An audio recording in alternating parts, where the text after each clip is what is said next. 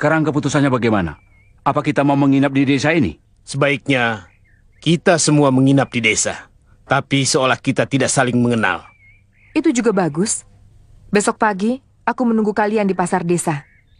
Kita lihat, apakah desa ini memungkinkan kita gunakan untuk menyusun kekuatan. Apakah tidak terlalu jauh dari kota Rajan ini? Memang. Tapi sebaiknya untuk langkah awal kita jangan terlalu mencolok. Sekarang, sebaiknya kalian masuk dulu. Begitu gelap, aku akan menyusul.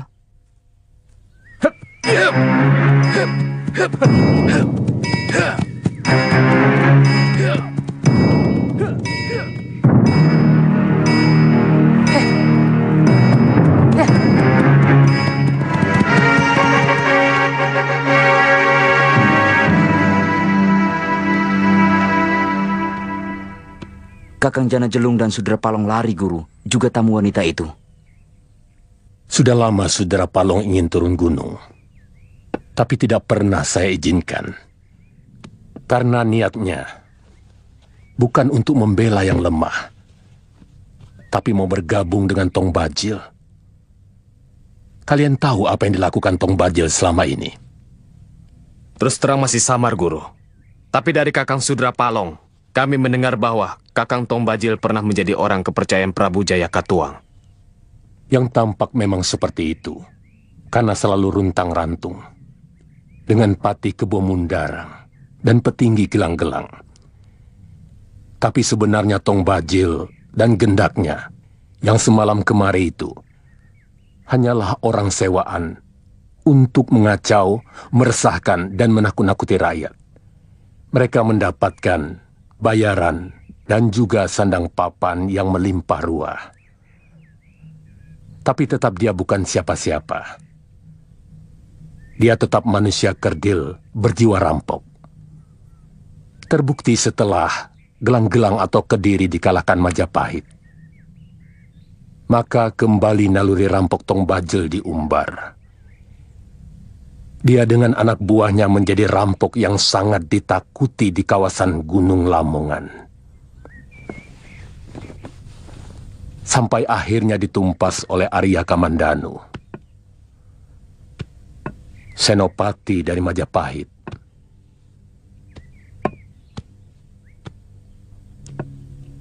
Itu kenapa selama ini saya melarang kalian turun gunung. Kalau niatnya untuk bergabung dengan Tong Bajil. Sebab cita-cita padepokan ini jauh dari watak jahat. Seperti yang telah dilakukan murid Murusal seperti Tong Bajil itu. Bahkan keinginan pendiri padepokan ini adalah agar semua murid-murid menjadi pengayom rakyat kecil, wong cilik.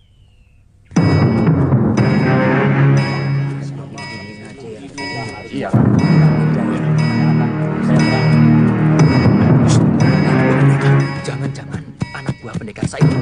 Tangkap saja sudah. Jangan ngawur. Kita tidak bisa menangkap orang sembarangan. Tapi pendekar sayur berdarah itu sendirian. Iya, selalu sendirian orangnya, Kang. Tidak pernah datang berduaan. Kamu jangan ke sana ya. Tunggu. Diam. Kisanak mau kemana? Kami dari pendukuhan di Tengger, mau ke Majapahit, tapi kemalaman. Kami berniat menginap di sini. Jangan boleh kelurah. Jangan-jangan dia orangnya pendekar sayur berdarah. Berbahaya, Ki.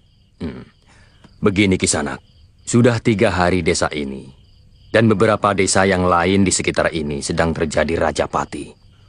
Puluhan penduduk sudah banyak yang menjadi korban oleh keganasan pendekar bernama Syair Berdarah. Kami tidak mau untung-untungan hanya karena menerima Kisanak menginap di sini.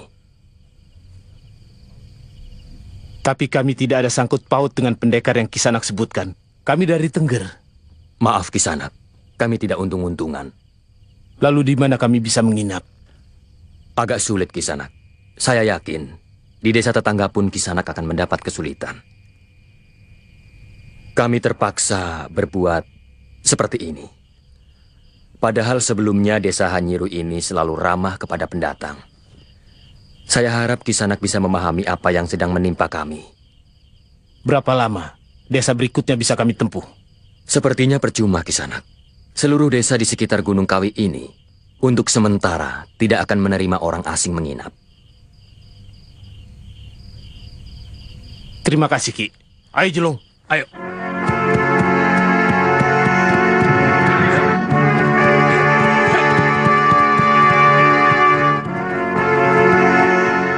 Siapa yang jaga di gerbang desa?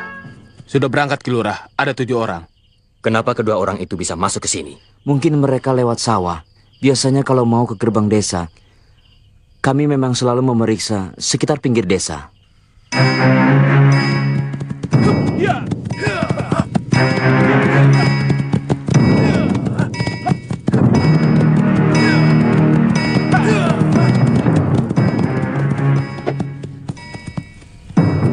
Dari mana orang-orang itu? Penjaga pintu utara bisa kecolongan begitu? Mungkin mereka belum datang. Kemana Nini Sambi?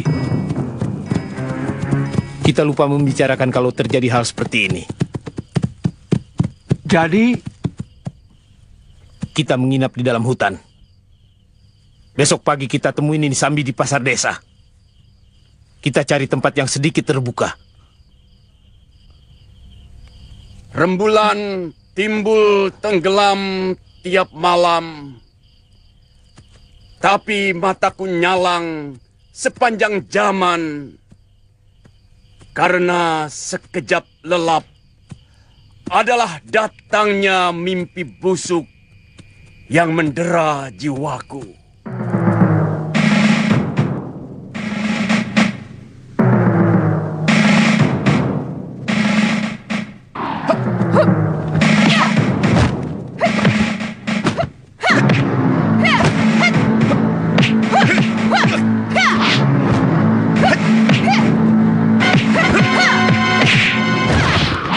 Jangan ikut campur, Garangan.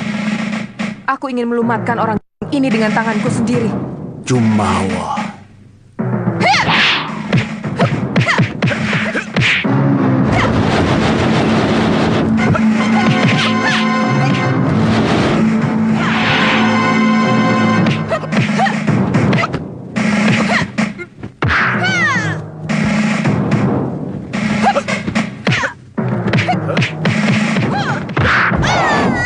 Kata membuat mantra. Mantra menyusun daya. Daya mantraku mengunci semua daya. Daya mantraku menyiram pikiran manusia dengan darah dan lupa.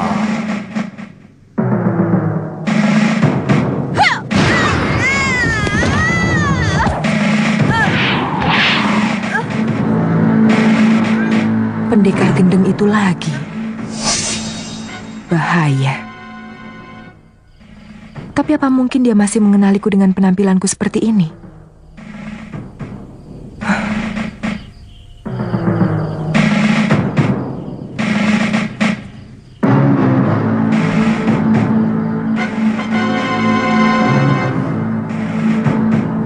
Kalau aku mampu mempengaruhi pendekar itu, pasti Kamandanu dengan mudah bisa disingkirkan. Kidungnya memiliki daya lumpuh yang sangat hebat. saya yakin Nini Sambi pun tidak mungkin bisa masuk ke desa itu.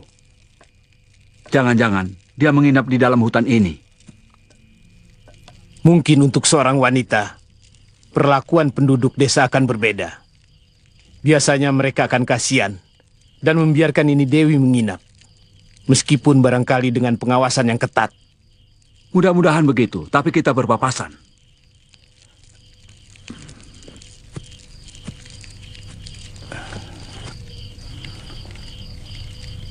Sebenarnya saya ingin segera bisa melihat kota Raja Majapahit. Kabarnya istana Sang Prabu sangat besar dan indah. Dan rakyatnya hidup sangat makmur. Aku juga ingin ke Majapahit. Oh, ternyata ada orang di sini. Maaf, dari tadi saya tidak melihat Kisanak. Silakan bergabung dengan kami. Di sini lebih hangat. Kisanak pasti bukan penduduk desa itu. Makanya tidak diperbolehkan masuk. Aku bisa kalau aku mau. Tetapi malam ini aku sedang malas diganggu. Kalian pendekar.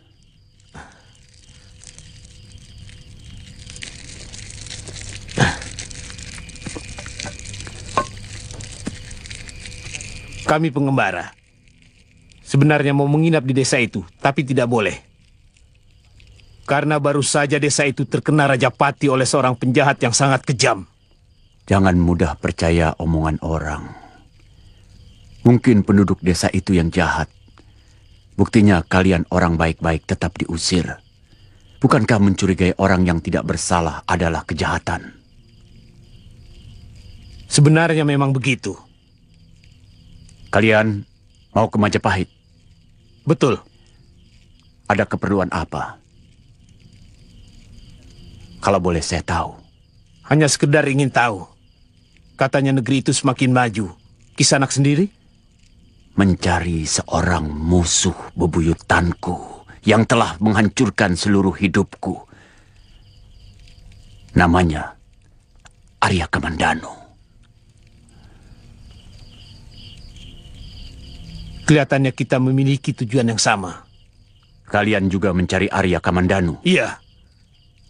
Dia telah membunuh kakak seperguruan kami. Dan kami berkewajiban untuk membalas.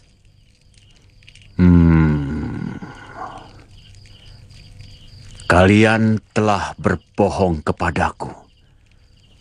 Ternyata kalian bukan sekedar pengembara. Aku tidak suka ditipu.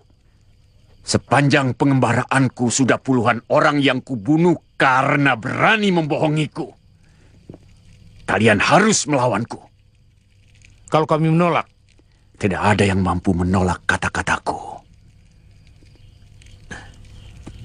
Siapa kamu sebenarnya? Aku, anak kegelapan.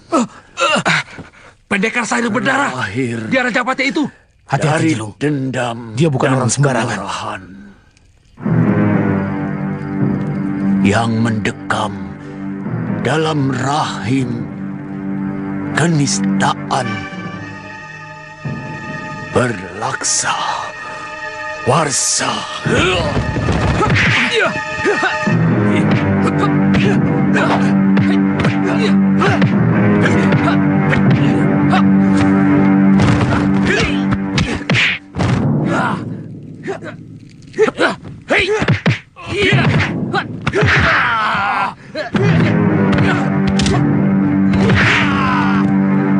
Darahku api, keringatku api, napasku api.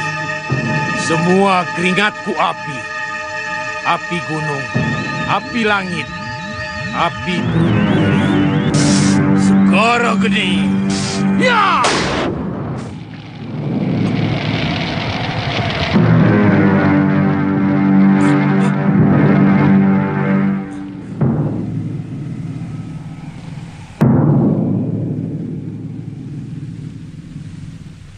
Jelung, kita serang bersama. Ya, mari. Kata membuat mantra, Darah-darahku api, mantra keringatku api, daya, napasku daya api. mantraku Semua keringatku api. Pantas dengan mudah dia menaklukkan aku.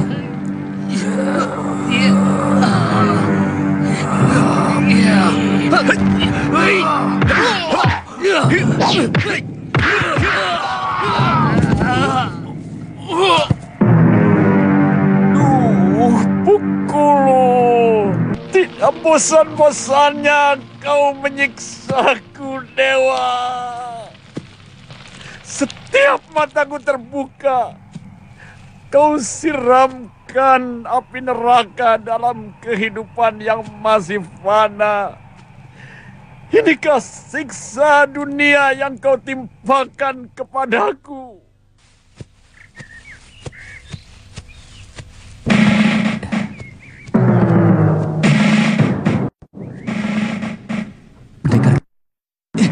Tolong! Pendekar sayur berdarah! Waknya, emangnya salah, Pak?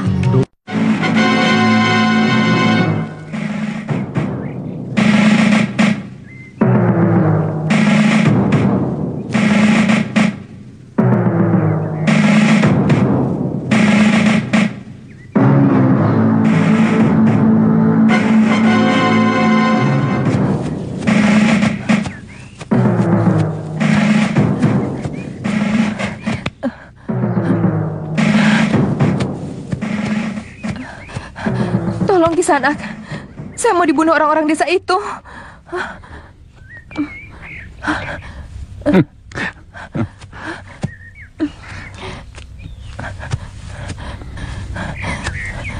Saya disangka pendekar syair berdarah, Kisanak. Tidak mungkin. Aku tidak pernah sembunyi-sembunyi dalam membunuh orang. Secara gamblang aku membunuh orang yang berani menghinaku. Tapi, ternyata Tuanlah pendekar syair berdarah itu. Melihat sikap penduduk yang kasar dan penuh curiga seperti itu, saya bisa mengerti tindakan Tuan kepada mereka. Tidak usah berpura-pura kepadaku, Dewi Sambi. Aku sudah kenal siapa kamu. Bahkan kamu pernah kulumpuhkan beberapa waktu yang lalu. Iya, saya baru ingat. Kenapa Tuan tidak membunuhku waktu itu? Aku tidak ada urusan denganmu. Dan kulihat kamu dengan kekasihmu memusuhi orang yang paling kubenci di dunia ini. Kamandanu. Sebenarnya dia ingin kuhabisi waktu itu. Sayang, dia dalam keadaan pingsan oleh pukulan segoro geni dari Tong Bajil kekasihmu. Kenapa tidak Tuan lakukan waktu itu? Tuan lebih leluasa untuk membunuhnya. Dia tidak akan merasakan apa-apa. Sementara penderitaan yang dia tumpahkan kepada diriku sangat menyakitkan. Hampir separuh hidupku. Kedengarannya dendam Tuan kepada Kamandanu begitu besar. Mungkin sebesar itu pula dendam saya kepadanya.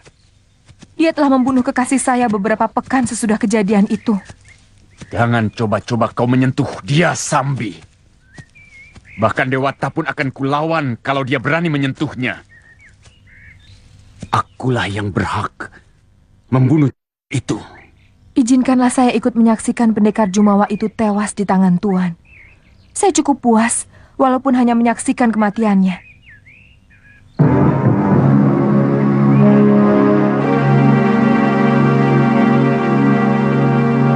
Tuan mau kemana?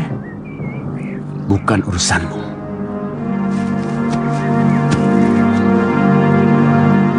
Tulang-tulangku semakin rapuh, menggali bumi untuk mengubur cerita duka masa laluku.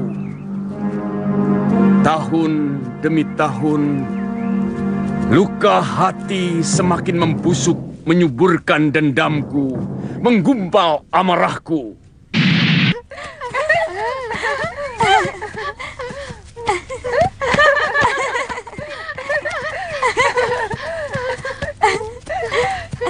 Ayo.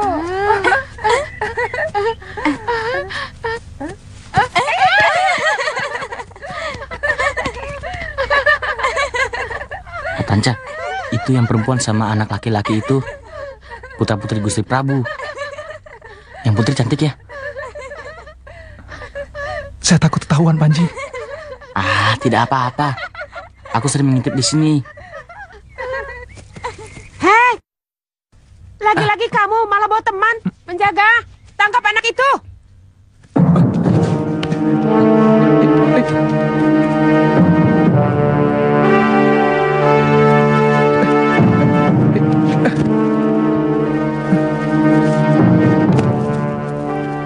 Kamu lagi, Panji.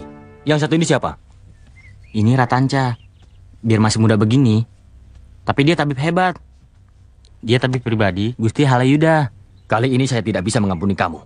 Kamu harus dilaporkan kepada Gusti Rakyat Demung. Jangan, Paman. Saya minta ampun. Saya janji tidak akan mengulangi lagi. Waktu ketangkap kemarin, kamu juga bilang tidak akan mengulangi lagi. Yang sekarang benar, Paman. Saya kapok.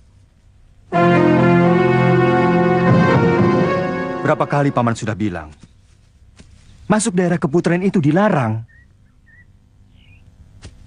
Hukumannya sangat berat, Panji. Sangat berat. Kalau kamu orang dewasa, pasti sudah dihukum pancung.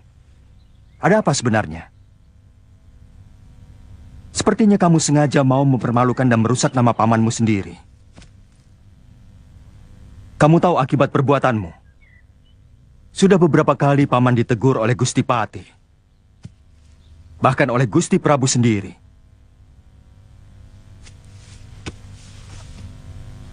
Kamu membenci paman. Katakan terus terang. Ada apa?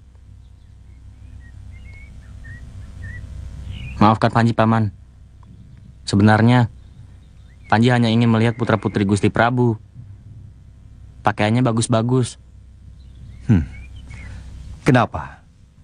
Kamu ingin mempunyai pakaian seperti mereka? Semua kawan Panji pakaiannya bagus-bagus. Putri Gusti Rangga, Putra Empu Wahana. Kenapa Paman tidak mampu membelikan Panji seperti mereka? Padahal jabatan Paman juga tinggi. Panji, pamanmu tidak suka kalau kamu mempunyai pikiran seperti itu. Itu namanya dengki. Iri hati. Apa tidak boleh Panji mempunyai keinginan? Panji, orang yang baik hanya menginginkan sesuatu yang sesuai dengan kemampuannya. Kamu pasti masih ingat cerita katak yang ingin menjadi lembu? Dia menggelembungkan badannya terus dan terus, hingga akhirnya tubuhnya pecah. Karena suratan seekor katak sudah ditentukan dewata, besar badannya tidak lebih dari genggaman orang.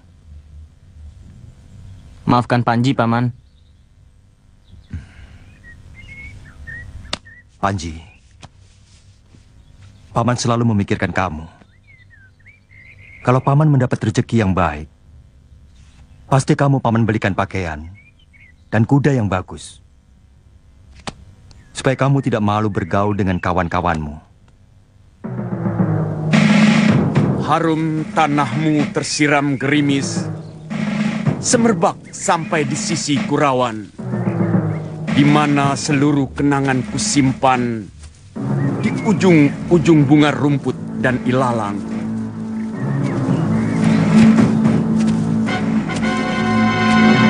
Di mana sebelum petang bidadari mandi, pelangimu warna-warni. Dan dari Candi Welandit, aku mengintip keindahan Sang Dewi. Syair Tuan kali ini sangat indah dan terdengar sejuk.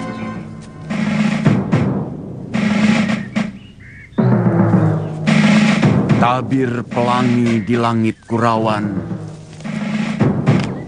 laksana selendang bidadari kayangan, membuat semua pengelana rindu pulang.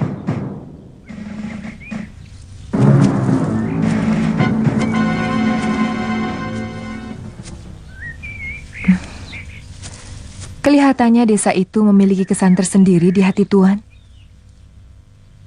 Aku dilahirkan dan dibesarkan di sana. Seluruh kebahagiaanku bermula dari sana. Dan ketika aku meninggalkannya, kepahitan demi kepahitan selalu mengikutiku.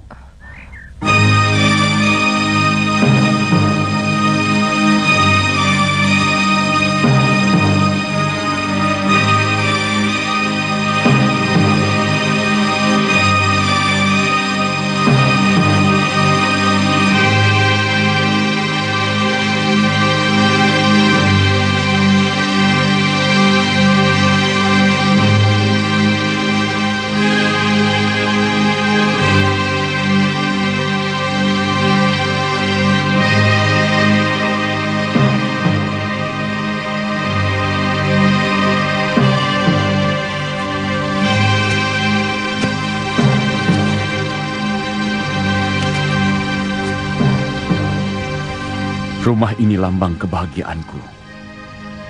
Ketika dia hancur, mulailah hari-hari kelabuku.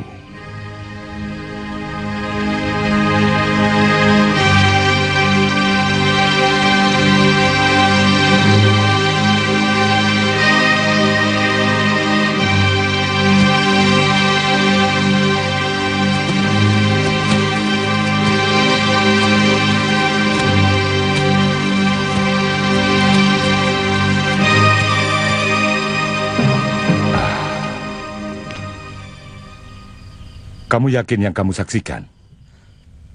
Benar, Ki Buyut. Sejak matahari tenggelam, dia hanya berdiri di reruntuhan rumah Empu Hanggareksa. Saya curiga dia akan mengacau di tengah malam. Tapi apa maksud pendekar sair berdarah itu? Di tempat reruntuhan rumah Empu Hanggareksa. Jangan-jangan ada kaitannya dengan empu yang tersohor itu. Atau mungkin kamu salah lihat? Tidak, Ki. Lebih baik kita siap-siap, Ki Lurah.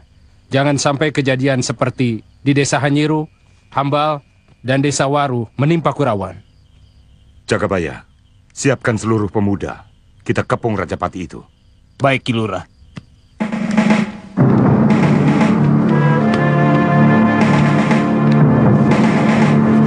Kau tahu arti sebuah dendam, Sambi? Dendam adalah tungku api yang selalu menyala di dada kita.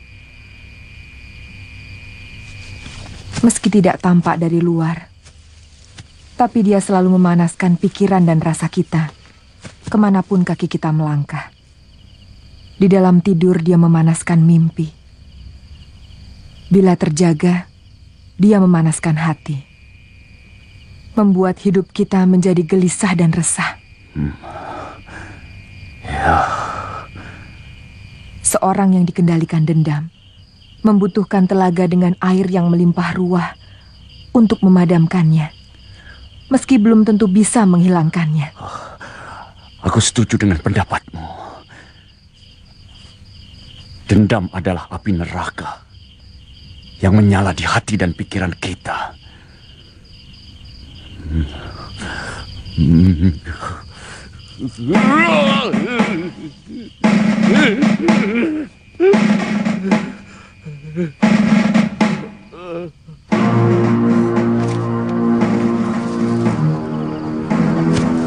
Kurawan yang jadi saksi karena dendam kesumatku bermula dari sini.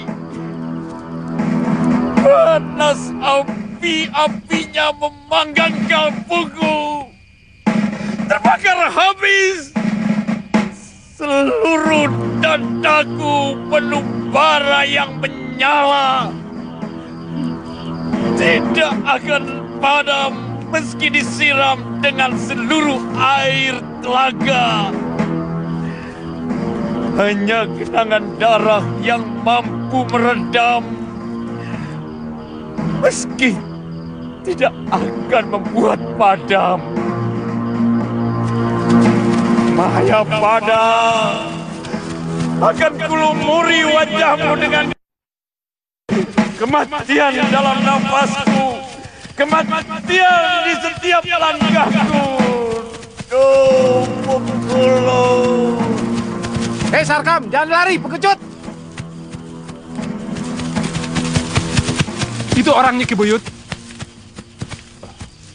Suruh anak buahmu pulang, Buyut Tepus Rana. Kisanak mengenalku. Rupanya kau yang menjadi lurah desa sekarang. Aku mengenal Kurawan sampai ke batas-batas desanya. Karena itu tidak usah memancing kemarahanku. Cepat, suruh anak buahmu pulang. Apa tujuanmu kemari? Aku tidak mau rakyatku kau jadikan korban nafsu membunuhmu. Aku tidak pernah menyakiti seekor semut pun, kecuali kalau dia berani menggigit kulitku. Aku tidak mau menyiram desaku sendiri dengan darah penduduknya. Karena itu, singkirkan mereka dari hadapanku. Dia mengaku sebagai penduduk di sini. Jangan percaya. Mana ada penduduk seperti itu? Jangan-jangan titisan dari penduduk Kurawan yang mati penasaran. Tidak ada titisan-titisan. Dia pasti Rajapati yang menyebarkan kematian di Desa Hanyiru dan Desa Hambal. Kita serang saja.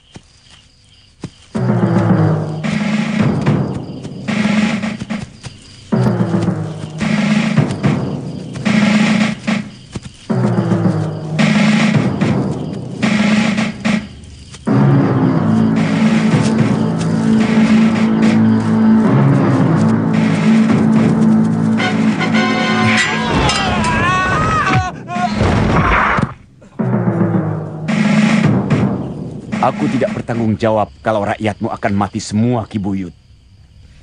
Kuperingatkan sekali lagi, kalian bukan tandinganku. Bahkan para wasu pun tidak akan mungkin bisa menandingi kesaktianku. Kelihatannya dia tidak main-main, Jagabaya. Suruh anak-anak kembali ke balai desa. Baik, Ki. Dan lagi dia belum pernah mengganggu desa kita. Ayo, kita balik ke balai desa. Berkacalah pada air telaga. Dia lebih jujur dari hati kita. Jangan coba menggapai bintang kalau tubuh setinggi pinggang. Jangan merasa harimau kalau bayang-bayang hanya kambing hutan. Air telaga tidak pernah dusta. Nafsu angkara membuat ukuran terlupa. Dia telah melecehkan kita. Dia bicara apa adanya.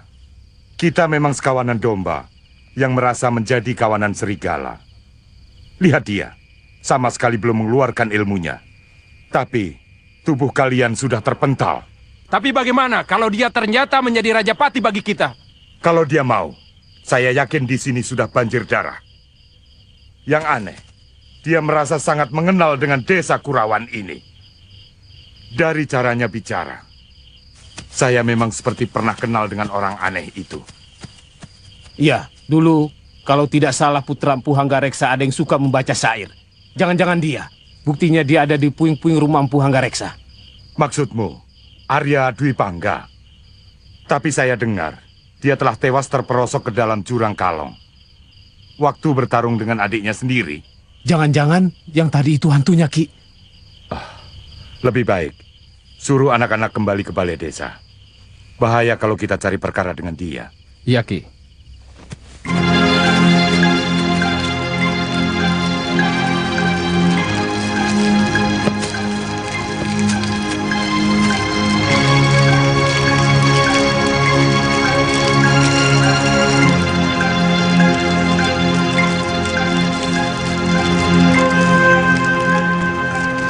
Sebenarnya kamu jauh lebih gagah dari Kakang Bajil. Kalau saja kamu mau mandi dan keramas, penampilanmu pasti lebih gagah dari kesatria manapun.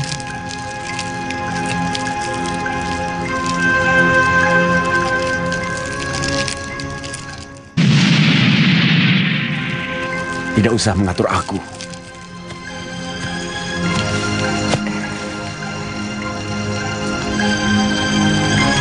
Aku kedinginan, Kakang. Jangan ganggu aku, Sambi. Aku dengan wanita. Karena penderitaanku diawali oleh wanita.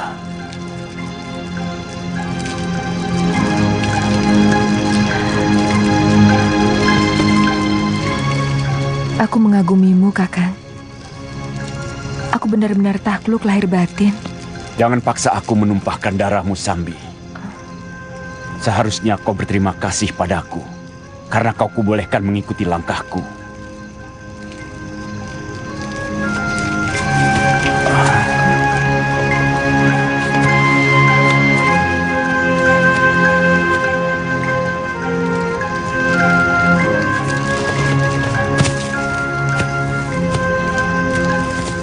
Aku semakin kelakuanmu seperti...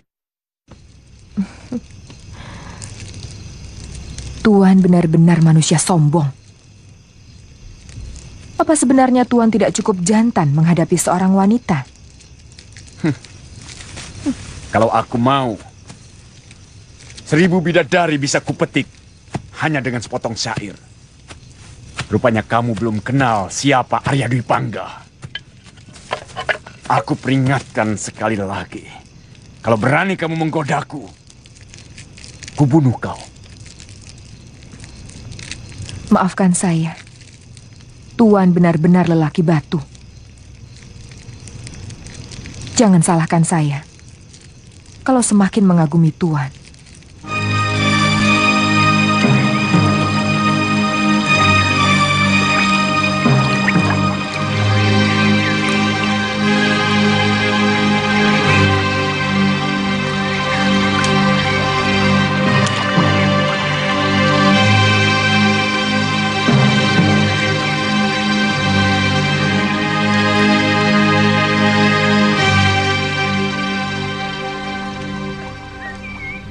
Kita harus segera mencari kuda, supaya waktu kita tidak terbuang sia-sia.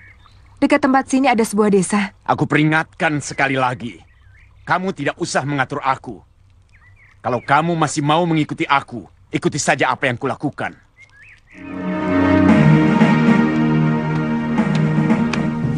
Ketemu? Ketemu, Gusti. Di mana? Di Bukit Bango, Gusti.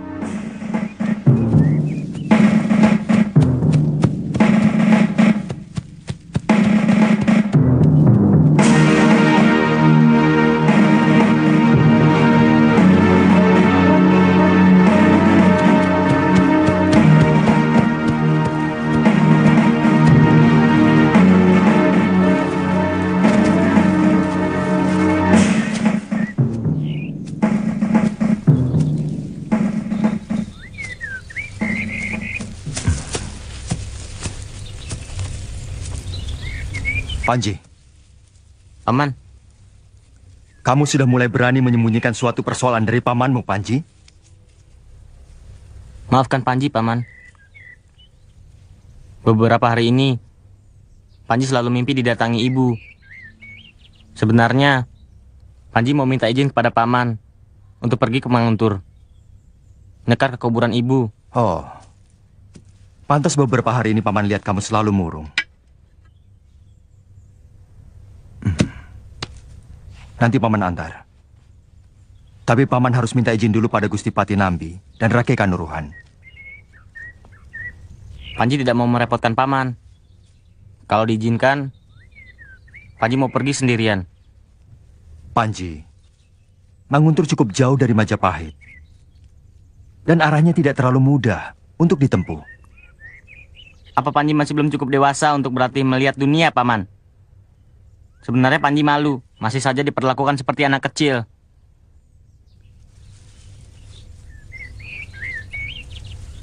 Paman yakin, pasti ada sesuatu yang kamu tutupi.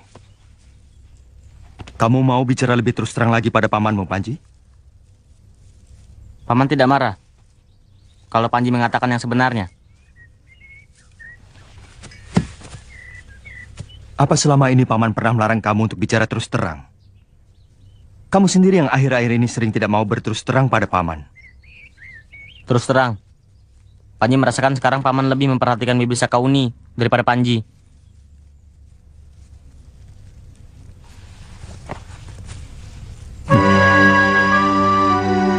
Agak aneh kata-katamu, Panji. Di sisi lain kamu ingin dianggap sudah dewasa.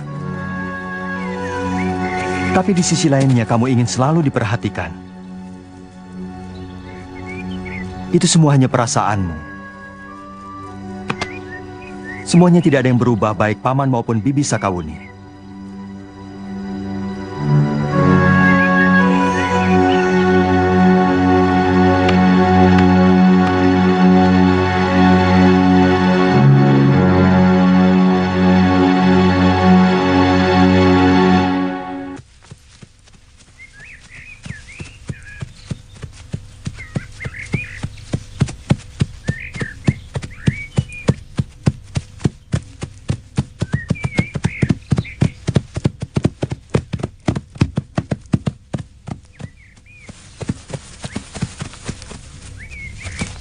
Ada dua orang yang mencurigakan.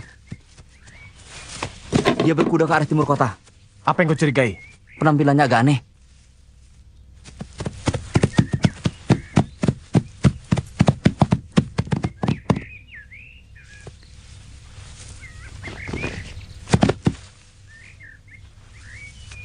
Kita cari orang untuk menyampaikan suratku pada Kamandanu. Kalau dia benar-benar ksatria, dia akan menerima tantanganku. Kita perlu menanyakan rumahnya pada seseorang. Itu orangnya.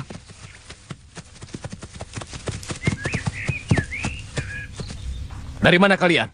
Dan apa tujuannya datang ke kota raja?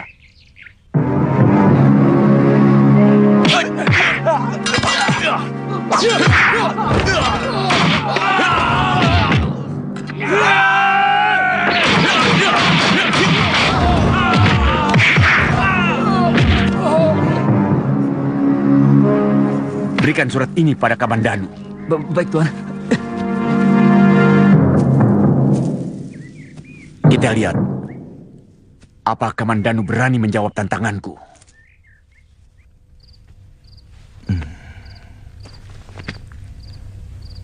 Ini sudah harus meninggalkan pedang. Paling tidak, sampai anak kita lahir? Tergantung. Kalau keadaan mendesak, terpaksa. Ya, tapi semuanya menjadi tanggung jawab saya. Tugas Wuni khusus menjaga calon anak kita, lahir dan batin. Lahir dan batin, Kakang? Iya. Jadi jangan kamu kira apa yang kita lakukan, atau khususnya yang Wuni lakukan, tidak berpengaruh kepada dia. Meski masih di dalam perut, pengaruh batin atau jiwa yang sedang kamu alami sangat mempengaruhi perkembangan kejiwaan calon bayi.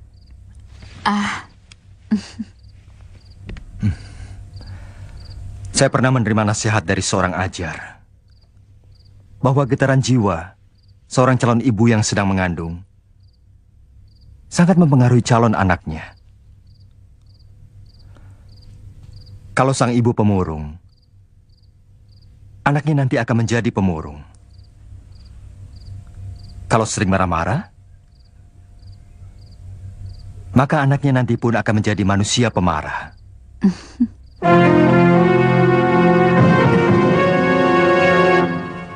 Kenapa surat itu tidak segera kamu sampaikan? Bagaimana kalau isinya sangat membahayakan Gusti Arya? Saya takut dan terus terang kami malu karena begitu mudah dikalahkan oleh kedua pendekar itu.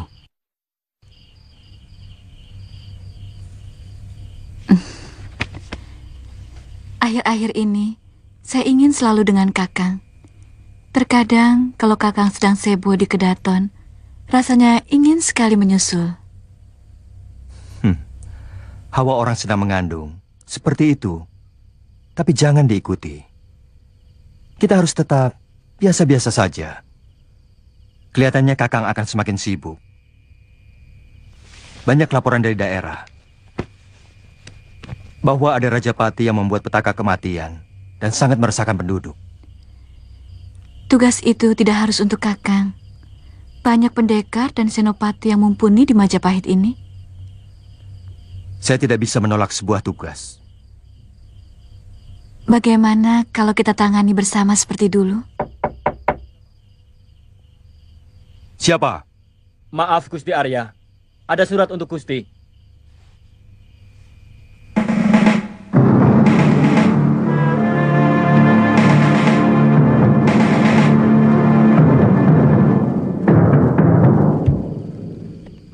Ada apa? Maaf Gusti, siang tadi kami mencurigai 2 orang pendekar, tapi kami dikalahkan mereka. Dan salah seorang dari mereka menyuruh hamba membawa surat ini untuk Gusti.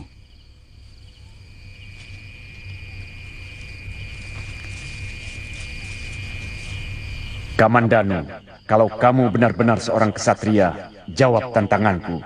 Kutunggu kamu di desa Rabut Carat dekat Bukit Karang.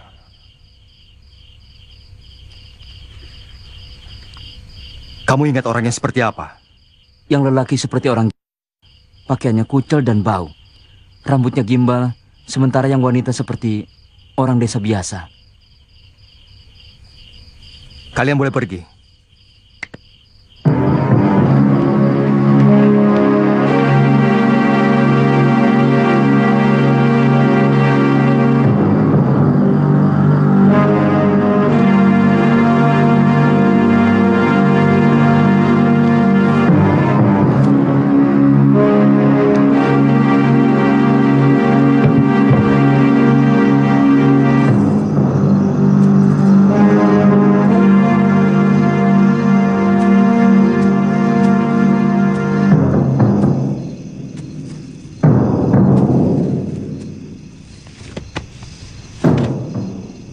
Saya sangsi.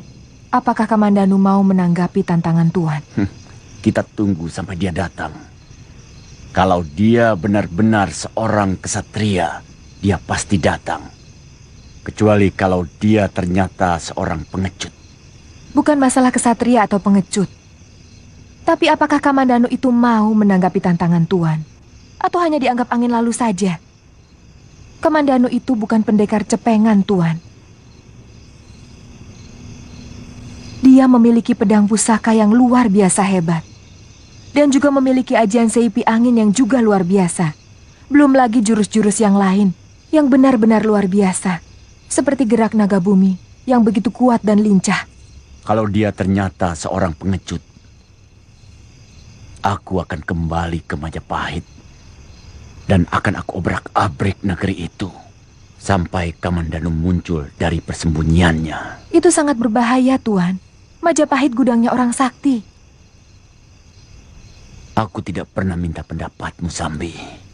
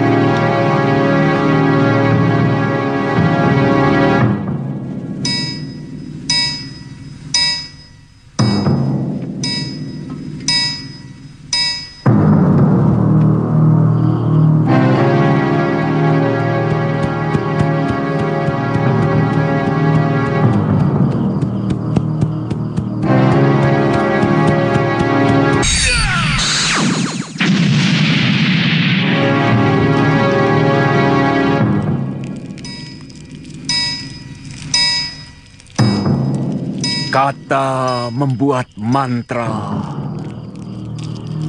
Mantra menyusun daya.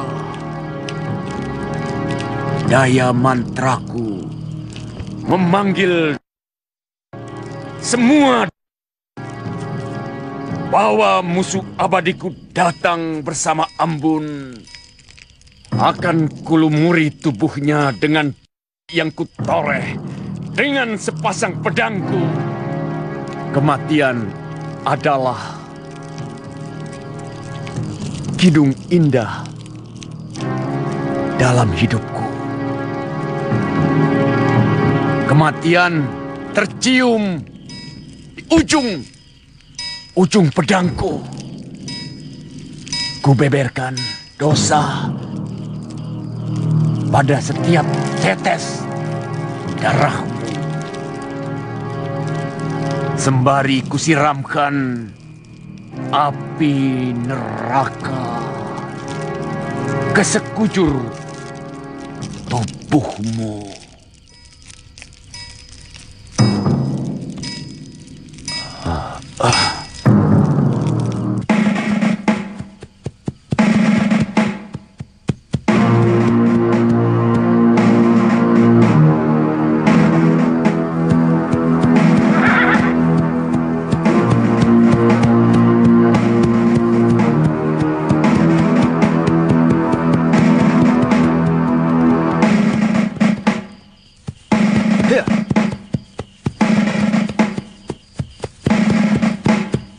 Aku Arya Kamandanu.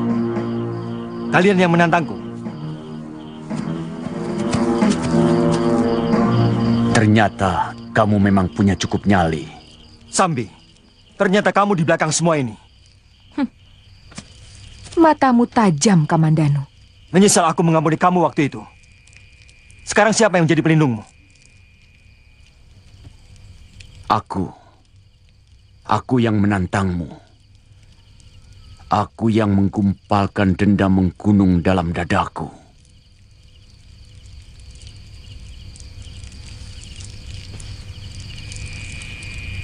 Padamu. Apa kesalahanku sampai Kisanak menaruh dendam? Siapa sebenarnya Kisanak?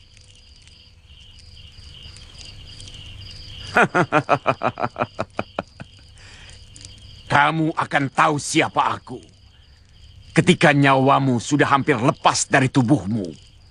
Cepat, cabut pedangmu.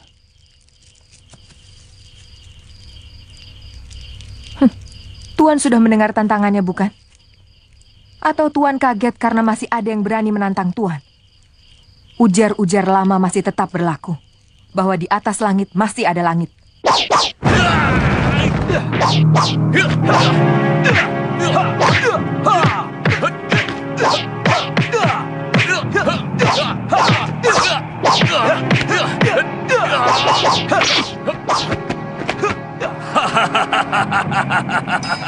Kaget. Itu baru peringatanku yang pertama dari 1000 seranganku yang dahsyat. Mayapada, akan kulumuri wajahmu dengan manusia yang paling terkutuk. Kematian dalam nafasku, kematian di ujung-ujung pedangku.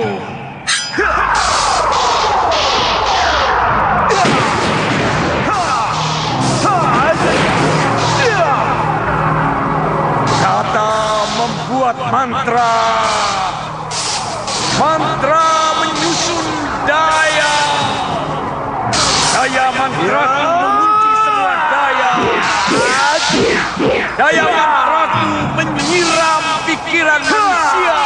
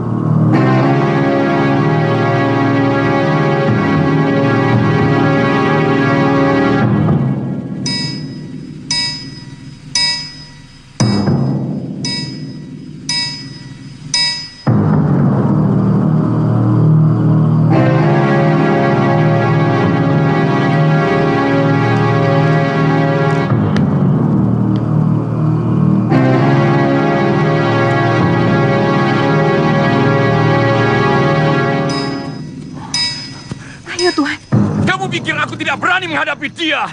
Kenapa kamu seret aku ketika mempersiapkan jurus pamungkasku? Sangat berbahaya, Tuan. Pedang naga puspa itu luar biasa ganasnya. Saya kenal sekali watak pedang setan itu karena suami saya pernah merebutnya dari Kamandanu. Bahkan akhirnya suami saya terbunuh olehnya. Jangan samakan aku dengan suamimu. Sudah lama aku menunggu kesempatan seperti tadi. Sudah lama dendamku berlumut untuk bisa membinasakan Kamandanu. Sabar, Tuan. Masih banyak kesempatan untuk menghabisi Kamandanu. Kita harus merancang sebuah siasat yang lebih tepat. Siapa yang memintamu memberikan nasihat kepadaku? Apa hakmu? Kamu sudah mengacaukan rencanaku. Maafkan saya. Tapi sungguh, saya pun memiliki dendam yang sama. Jadi Tuan tidak usah mencurigai saya.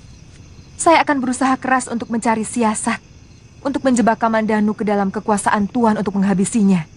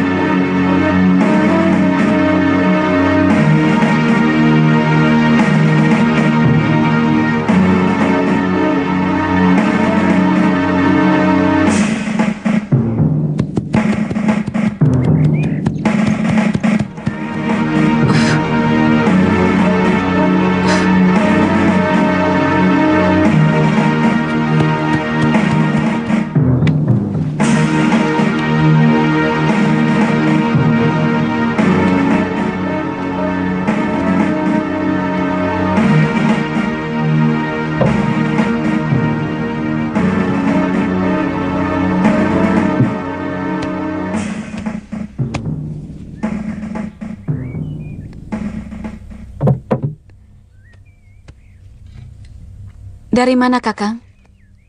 Oh, sudah bangun, Buni?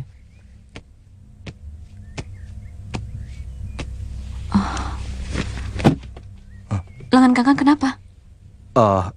Ini tadi... Tidak usah mencari-cari jawaban, Kakang. Sebab kebohongan yang satu selalu menuntut kebohongan yang lain lagi.